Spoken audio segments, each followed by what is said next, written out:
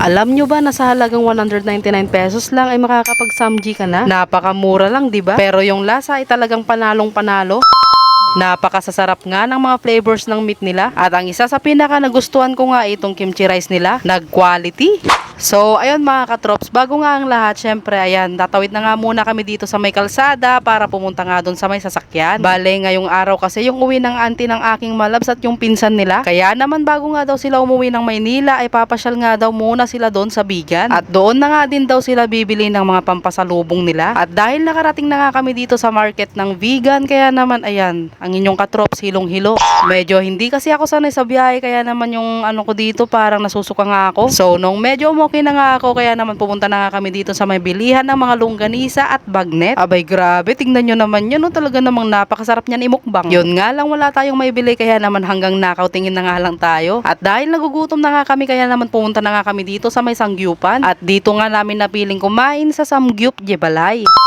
At kung sineswerte ka nga naman, no, nasakto nga na kami nga yung first customer. Kaya naman solong-solo nga namin dito at si ate, ayan no, tamang labas na nga dyan ng mga pagkain. So dahil nailabas na nga lahat nila yung mga putahe dito na pang samji, kaya naman ayan, tamang kuha-kuha na nga lang kami dito ng mga karne. Lahat nga ng flavors ng meat nila ay kinuha ko para syempre matikman nga natin kung talagang napakasarap nga ba, dahil sabi nga nung nakapag-try na dito na kasama namin ay masarap nga daw. So dahil kumuha nga ng kimchi yung pinsan ng aking malabs, kaya naman ayan, napagaya na nga rin ako para matikman ko nga rin kung masarap. So dahil first time ko nga lang palang kumain sa mga ganitong klase ng kainan, kaya naman kung ano nga yung kinukuha nila ay kinukuha ko nga rin. De bale, sabi naman nila lahat yan masasarap. At ayan no, eto nga pala yung mga kinuha namin no. Parang mukhang madami, pero sa bagay gutom kami kaya maubos namin yan. At ayan na nga, sinimulan na nga naming magluto dito. Ay sila lang muna pala yung unang nagluluto dito dahil parang nai-ignorante ako dito eh.